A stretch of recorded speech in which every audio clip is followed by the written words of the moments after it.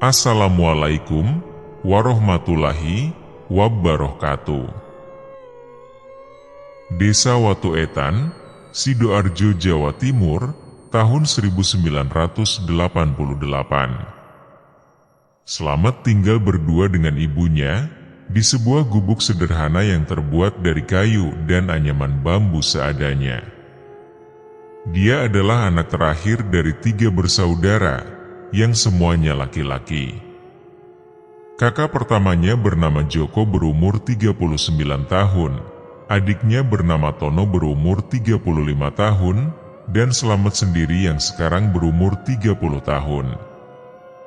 Dari ketiga bersaudara ini, hanya Slamet yang belum menikah. Kedua kakaknya telah berkeluarga dan hidup sukses di kota, Joko yang seorang pemborong proyek, dan Tono yang hidup mapan sebagai pemilik mebel. Meski mereka berlatar belakang dari keluarga miskin, namun kedua kakaknya adalah orang yang mempunyai kemampuan dan ulet dalam bekerja, tidak seperti Slamet yang bodoh dan suka bermalas-malasan. Matt, Mbokio kamu ikut Tono ke kota, bantu kakakmu di mebel, biar dapat pengalaman, ucap wanita tua yang sudah beruban sambil memilah daun sirih. Ah males bu, buat apa kerja sama orang yang sombong, sekarang aja udah berapa tahun Mas Tono gak jenguk ibu, balas Slamet yang sedang duduk di teras rumah. Meski kedua kakaknya adalah orang yang sukses, mereka seperti lupa dari mana mereka dilahirkan dan dibesarkan, apalagi setelah meninggalnya ayah mereka 7 tahun yang lalu, yang merawat ibu mereka hanyalah Slamet. Slamet terkenal sebagai orang yang sangat pemalas. Kerjaannya hanya nongkrong dan menggoda gadis-gadis di desa.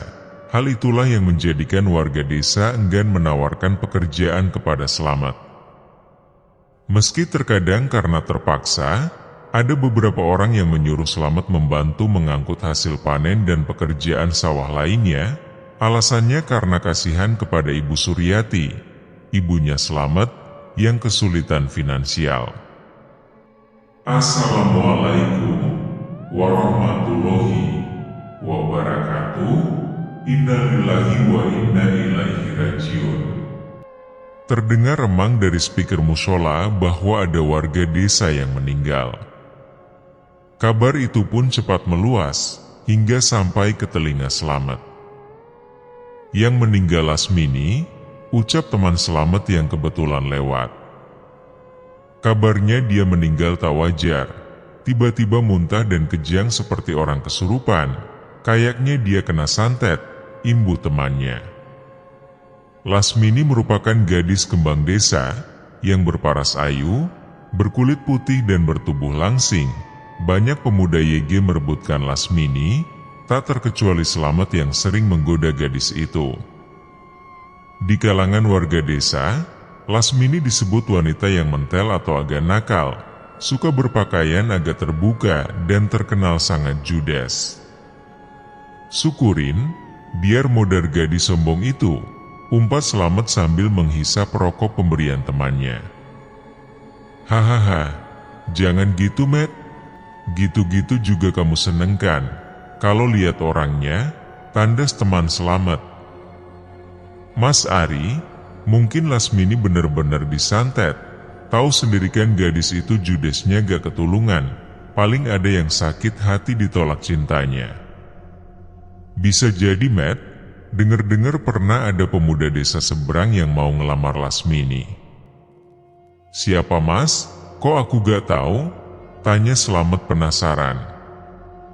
Anaknya juragan tembakau, orang kaya, tapi Lasmini menolaknya karena jelek orangnya. Hehe, gitu sih kabarnya. Pria itu bebas memilih, dan wanita bebas menolak, balas Slamet. Mendengar kabar kematian itu, Slamet mulai berpikir liar. Kebetulan saat itu malam Jumat Kliwon, yang terkenal adalah malam keramat, menjadikan malam itu mencekam. Suasana di setiap lorong desa menjadi sepi, kecuali rumah Lasmini, ada beberapa orang yang sedang mempersiapkan proses penguburan. Mas Ari, pernah dengar gak pesugihan tali pocong? Tanya Slamet. Wah, Wes dan Koweki, bahaya Matt, bersekutu dengan setan, balas Ari sambil mengerutkan dahi. Aku jadi berpikir, apa mas-masku pada makai pesugihan, sampai bisa pada sesukses itu? Halah, gak usah berpikir aneh-aneh Matt, tandas teman Slamet yang beranjak pergi untuk pulang. Malam itu, pikiran Slamet semakin menjadi liar dan tak karuan. Slamet teringat kakaknya Joko, yang pernah mengejek dirinya sebagai orang tak berguna. Hal itu membuat Slamet sakit hati. Tak selesai di situ, Tono pun pernah berucap bahwa Slamet mending mati saja daripada menyusahkan. Sudah berulang kali kalimat-kalimat menyakitkan dilayangkan ke Slamet. Semenjak kedua kakaknya hidup enak, mereka menjadi tak peduli kepada Slamet, ibu dan ayahnya. Mereka menjadi sombong dan cenderung pemarah. Dengan rasa sakit hati yang mendalam, Slamet seperti dibisiki oleh setan untuk melakukan pesugihan itu. Dia merasa kasihan dengan ibunya yang sudah tua dan mulai sakit-sakitan. Slamet berpikir, di sisa usia ibunya yang tinggal menunggu ajal, dia ingin membahagiakannya walau hanya sekali. Esok pun tiba. Sekitar jam 11 siang di hari yang agak mendung itu, Slamet berpamitan kepada ibunya untuk pergi ke suatu tempat. Ibunya yang tak menaruh curiga, mengizinkan Slamet pergi, sambil mempersiapkan 4 potong singkong rebus yang dibungkus daun jati sebagai bekal. Slamet ingat, bahwa dulu saat ia membantu warga desa memanen padi di sawah, ada buruh yang bercerita kalau pemilik sawah itu adalah orang terkaya di desa. Kabarnya ia melakukan pesugihan tali pocong. Buruh itu juga menambahkan bahwa dukun sakti di hutan ujung sana adalah perantaranya. Hutan itu bernama Hutan Sendang Nogojoyo, hutan yang terkenal sangat angker. Konon di dalam hutan ada sebuah sendang yang merupakan berkumpulnya para jin dan setan. Di dekat situ juga terdapat pondok reo tua yang merupakan tempat tinggal dukun tersebut. Banyak yang meyakini bahwa dukun itu pemilik ilmu hitam yang bertapa puluhan tahun di sana, sampai akhirnya mendirikan pondok di tempat itu. Dengan sedikit informasi yang didapat dari buruh teman kerjanya dulu, Slamet telah membulatkan tekadnya untuk pergi ke hutan itu, hutan yang berada di ujung desa Kramatwuluh, yang berjarak sekitar 25 km dari desa tempat tinggal Slamet. Karena tak memiliki sepeda dan uang untuk naik angkutan umum, terpaksa Slamet harus menempuh perjalanan dengan berjalan kaki melewati desa demi desa dan areal persawahan. Butuh sekitar 5 jam lebih tanpa istirahat, ia akhirnya sampai di desa Kramatwuluh. Slamet menanyakan arah hutan tersebut kepada warga desa setempat. Beberapa warga keheranan, ada orang yang seberani ini mau pergi ke hutan angker itu, dengan tanpa banyak bicara warga menunjukkan arah. Slamet yang agak tergesa-gesa berlalu tanpa menghiraukan warga yang berada di sekitarnya. 15 menit berjalan, Slamet mulai memasuki area hutan. Terlihat matahari sudah turun agak ke barat, pertanda sore telah tiba. Saat memasuki hutan lebih dalam, suasana sekitar mulai berbeda. Aroma pepohonan yang khas, dengan sunyinya hutan, menambah kesan mistis area tersebut. Bulu Roma mulai berkidik. Slamet mengerti sepertinya ada yang sedang mengawasinya. Ia harus berhati-hati. Asu, mau balik tapi udah sampai sini. Nanggung, gumam Slamet sambil mencari tempat istirahat sejenak. Setelah menemukan tempat yang dirasa pas untuk beristirahat, Slamet mulai membuka bekalnya. Tampak dari raut mukanya yang kusam dan bercucur keringat, Slamet sangat kelelahan setelah perjalanan yang lumayan jauh. Namun hal aneh terjadi, bau semerbak singkong bakar tercium sangat pekat. Bau itu tercium dari atas. Slamet yakin bau ini bukan dari singkong yang dibawanya. Meski berdiam diri agak lama, bau itu masih berseliweran di sekitarnya. Slamet mulai gusar, perasaannya bercampur aduk antara takut dan penasaran. Karena tak ingin berpikiran yang aneh-aneh, Slamet memberanikan diri menengok ke atas untuk memastikan, dan tiba-tiba terlihat sosok hitam besar bermata merah menatap dengan tajam seakan mengancam. Belum lama ia menengok ke atas, tiba-tiba suara benda jatuh dengan sangat keras. Jantung terpompa cepat, adrenalin terpacu. Slamet yang seorang penakut, tubuhnya mulai gemetaran. "Asu, tempat apa ini?" umpat Slamet sambil mencoba berlari menjauh dari tempat itu. Sumpah serapah keluar dari mulut Slamet, yang malah membuat para penghuni hutan semakin marah. Berlari kelimpungan, ia menerobos semak-semak rimbun, tak memperdulikan apa yang di depan. Suara-suara menyeramkan bersautan mengganggu konsentrasi. Dahan pepohonan, ranting-ranting dan semak seakan menyayat tubuh Slamet yang sudah lemas. Beberapa sosok nampak jelas berada mengitari Slamet yang berlari. Kuntilanak, genderuwo, banaspati, dan banyak sekali sosok mengerikan seolah akan menghadang Slamet. Pekik Slamet kesakitan karena tersandung dengan lumayan keras dan membuat ia tak sadarkan diri. Hari pun telah berganti malam. Sinar rembulan menyingkap dari sela-sela dahan pepohonan hutan yang rimbun. Suara burung hantu dan jangkrik terdengar dari berbagai sisi. Hawa di dalam hutan yang begitu dingin membangunkan Slamet yang cukup lama tak sadarkan diri. Dengan sisa tenaga ia mulai beranjak dan melanjutkan langkah. Terlihat pondok reot dengan penerangan seadanya. Akhirnya ucap Slamet bisa bernafas lega. Ia melangkah ragu-ragu, teringat kejadian mengerikan yang dialaminya. Pintu terbuka pelan dengan sendirinya, seperti mempersilahkan Slamet masuk.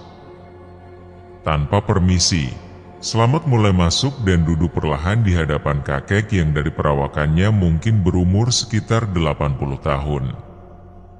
"Pocong," gumam Slamet dalam hati. Beberapa kali Slamet memastikan bahwa sosok di belakang kakek itu bukanlah pocong. Pikirnya mungkin ini halusinasi karena ia telah begitu kelelahan dan kelaparan. "Bawakan aku tali pocong dari jenazah yang belum lama dikubur, ayam jago 1 dan kain kafan baru," ujar kakek itu dengan suara berat dan agak serak. Aku lapar. Gak kuat," liris Slamet yang begitu lemas. Kakek itu mengeluarkan ayam bakar utuh lengkap dengan lalapan dan sambal dari bawah meja tempat ia membakar menyan, lalu mempersilahkan Slamet untuk memakannya. Tampak Slamet memakannya dengan lahap, padahal yang terlihat enak bagi Slamet itu hanya tipuan belaka. Darah segar bercucuran deras, dedaunan dan tanah lumpur disantapnya, layaknya makanan lezat. Ia tak sadar telah memakan ayam itu hidup-hidup, terus-menerus Slamet memakannya sampai habis. Mulut dan tangannya dibanjiri darah seperti seorang kanibal yang kejam. Selang beberapa menit tubuh Slamet tergelepar, matanya mulai terpejam, waktu pun berlalu hingga fajar menyingsing.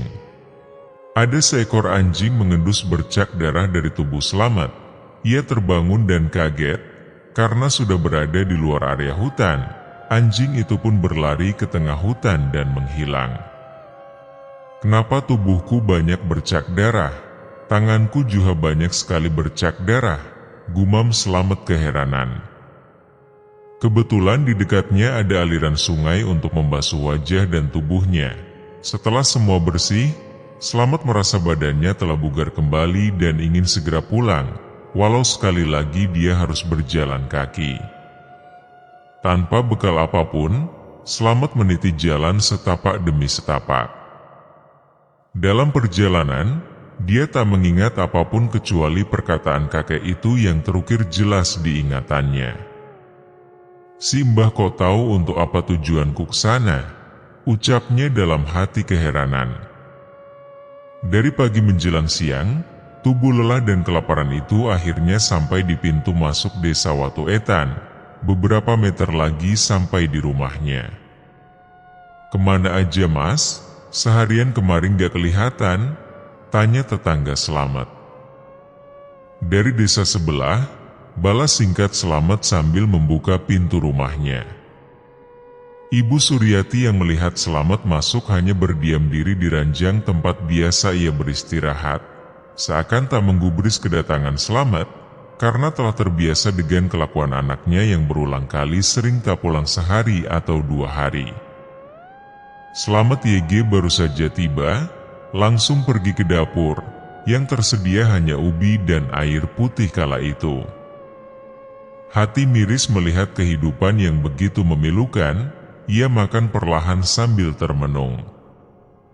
Setelah makan ubi rebus dan minum beberapa gelas air putih, Slamet beranjak dari dapur ke kamarnya. "Apa harus malam ini juga?" ucap pemuda parubaya itu sambil menatap dinding langit-langit. Karena tidak ada iman di hati, Slamet begitu mudahnya terkena tipu daya setan. Keadaan ekonomi yang sangat buruk mendorong Slamet melakukan hal tersebut. Pada malam hari tepat jam 1 malam, saat orang-orang terlelap, Slamet seorang diri membawa cangkul berjalan dengan waspada menuju ke pemakaman. Waktu itu sangat jarang ada yang melakukan ronda keliling desa, kecuali ada isu maling masuk ke perkampungan. Hal itu membuat Slamet tak begitu khawatir. Dia justru khawatir bertemu makhluk halus di kuburan tersebut, karena ia seorang yang sangat penakut. Sesampainya ia di kuburan, Slamet mencari kuburan baru yang masih bertaburan bunga dan gundukan tanah yang tinggi. Ia yakin, dalam beberapa hari tidak ada yang dikubur lagi selain Lasmini. Dan tanpa kesusahan, Slamet menemukan kuburan baru tersebut. "Untung beberapa hari ini hujan terus, jadi tanahnya masih empuk," ucap Slamet senang. Butuh hampir setengah jam menggali, papan kayu penutup mayat pun mulai terlihat. Dengan tergesa-gesa, Slamet cepat menyelesaikan galian, lalu mulai membuka tali pocong Lasmini. Terlintas pikiran kotor lain, Slamet tidak hanya membuka tali pocong Lasmini, ia malah membuka keseluruhan kain kafan hingga terlihat tubuh mayat wanita itu, berharap bisa melihat dan mencicipi kecantikan dan kemolekan tubuh Lasmini yang telah lama didambanya. Namun yang terlihat jelas di mata Slamet malah tubuh Lasmini yang sudah membengkak di mana-mana. Bau busuk pun tercium pekat seakan menusuk hidung Slamet, padahal Lasmini baru saja beberapa hari dikubur. Tidak lama, dari kejauhan terdengar pijak kaki, dan beberapa orang yang sedang mengobrol mendekat ke pemakaman dengan menggunakan senter dan obor.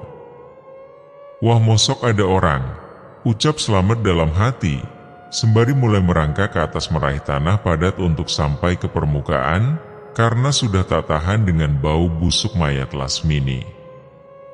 Weh, ada orang di kuburan Lasmini itu," seru salah satu warga. "Yo kejar," saut warga lain. Slamet yang telah ketahuan, langsung mengambil langkah 1000, tanpa membereskan kuburan Lasmini yang telah diacak-acaknya. Tanpa diketahui Slamet, telah beberapa hari ini warga desa melakukan ronda keliling. Warga desa paham bahwa pasti akan ada yang membongkar kuburan Lasmini yang dipergunakan untuk santet atau pesugihan, karena seorang gadis perawan yang mati tak wajar adalah incaran para dukun dan sekutu setan lainnya. Ada sekitar 7 orang warga mengejar Slamet yang berlari menuju area hutan mahoni. "Itu setan apa orang? Larinya sangat kencang," ucap salah satu warga sambil menghentikan langkah kakinya. "Orangnya masuk semak-semak ke area pohon mahoni yang luas, supaya kita kehilangan jejak." "Lalu gimana? Kita cari?" "Cari? Kita pakai senter dan obor, pasti orang itu kelihatan jika bersembunyi." Warga kebingungan, sudah hampir semua wilayah hutan mahoni ditelusuri, namun tidak ada jejak atau bekas orang menerobos semak hutan lebih dalam. Yang ada hanya bekas semak yang tersingkap tempat orang asing itu menerobos. Akhirnya warga memutuskan kembali ke desa dan melaporkan kejadian ini kepada Pak RT. Beruntungnya Slamet, dia memutuskan untuk naik ke atas pohon yang lumayan tinggi agar menghilangkan jejak, dan ternyata berhasil.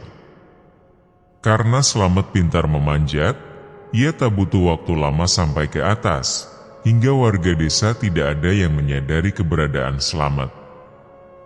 Meskipun bodoh, Slamet memiliki akal cerdik yang ia keluarkan di waktu yang tepat. Memastikan sudah tidak ada warga lagi, Slamet perlahan turun dari pohon. Supaya tak mengundang kecurigaan warga, Slamet memilih memutari desa melewati hutan dan area persawahan yang bukan merupakan akses jalan ke desa dan masuk ke rumah melewati pintu belakang. "Dari mana, Matt?" tanya Ibu Suryati mendengar pintu terbuka sambil masih memejamkan mata. "Dari rumah Ari," jawab Slamet. "Ya udah cepet tidur," suruh Ibu Suryati. "Iki demi bahagiakan kamu, Mbok," bisik pelan Slamet melangkah menuju kamar. Keesokan harinya, Slamet meminta izin untuk menjual semua ayam peliharaan ibunya dengan dalih untuk biaya pergi merantau ke kota. Awalnya ibunya tak menyetujui, karena tak sanggup jika harus ditinggal untuk ketiga kalinya ke kota oleh anaknya yang terakhir. Slamet terus membujuk ibunya, hingga hati ibunya pun luluh, meski dengan berat hati, namun bercampur dengan rasa bahagia melihat anaknya mulai berubah. Ibu Suryati akhirnya mengikhlaskan. "Ke tempat Mas Mutono, Matt?" tanya Ibu Suryati. "Bukan, tapi teman Slamet," balas Slamet meyakinkan. "Duh," lirih Ibu Suryati yang agak kecewa.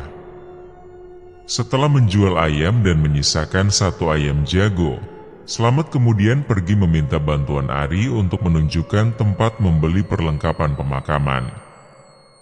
Ari tak menaruh curiga apapun, ia berpikiran kalau mungkin itu permintaan ibunya Slamet yang memang sudah sangat berumur. Slamet membeli kain kafan secukupnya, dan berpesan kepada Ari untuk bilang ke ibunya kalau ia akan pulang besok pagi. Ari mengiyakan permintaan Slamet sambil menyimpan rokok ke saku pemberian Slamet. Mereka berdua berpisah di tempat itu. Ari langsung pulang kembali ke desa, sedangkan Slamet berjalan menuju jalan raya untuk naik angkutan umum. Butuh 3 kali naik angkutan umum, itu pun baru sampai di desa pertengahan untuk menuju ke desa Kramatulu.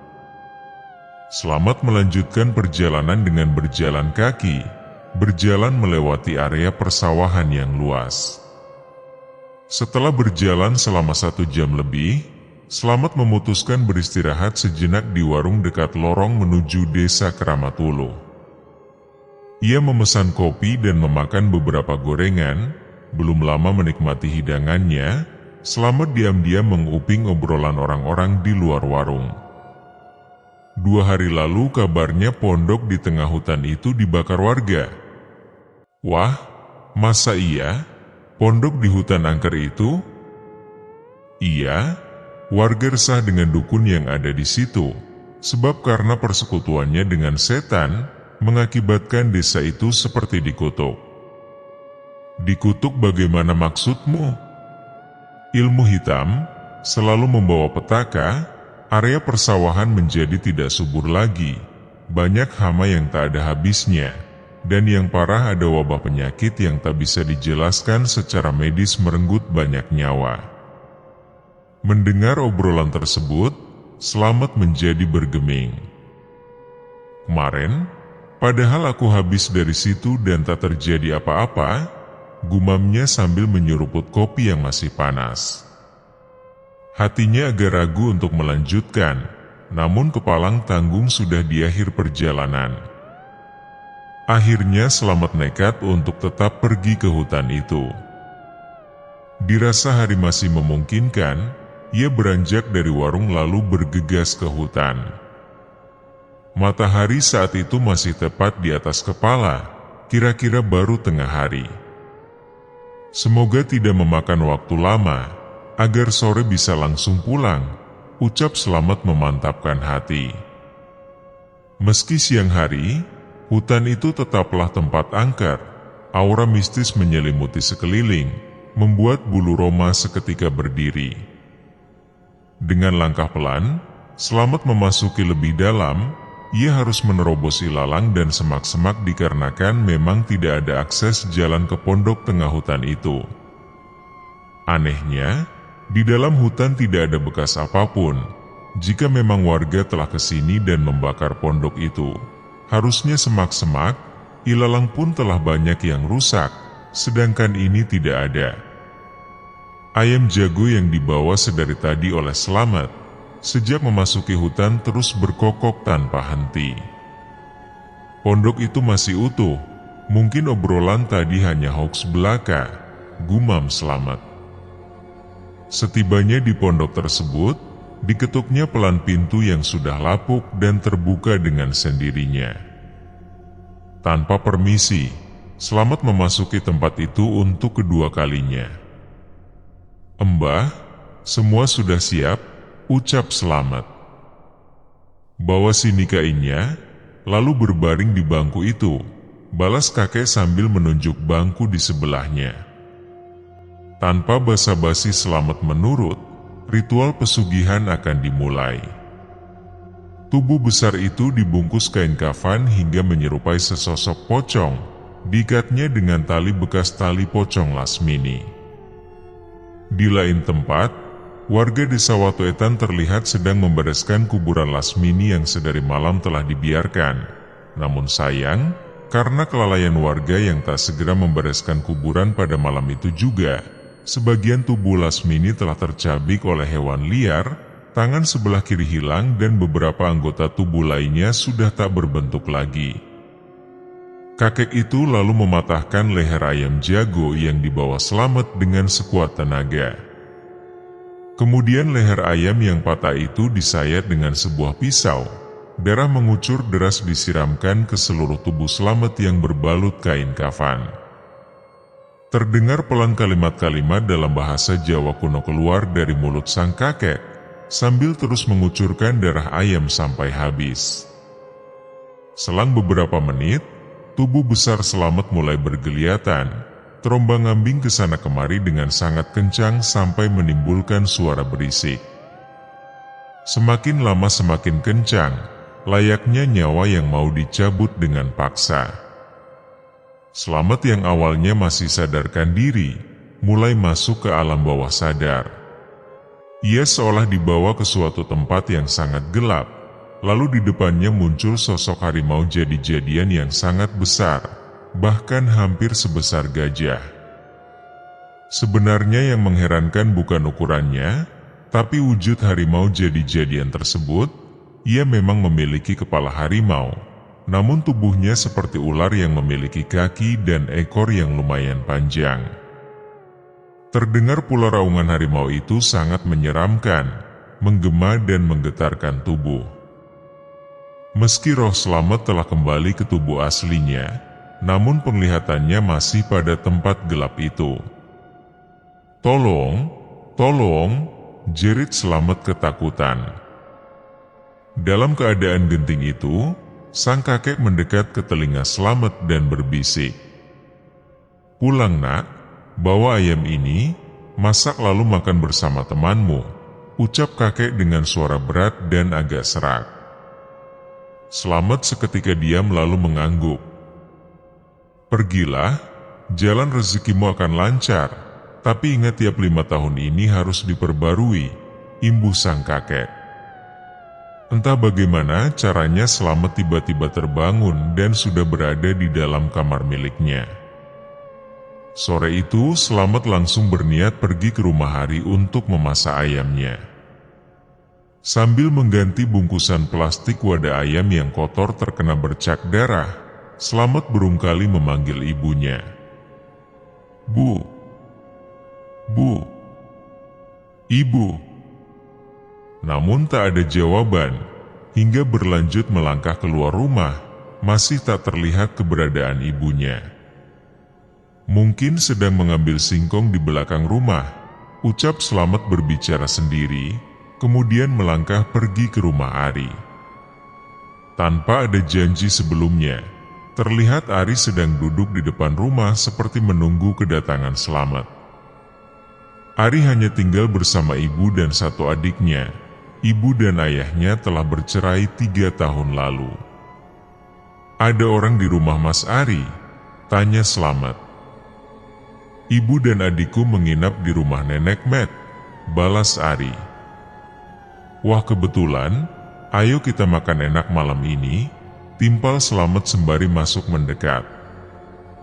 Kedua orang itu terlihat sedang berbagi tugas.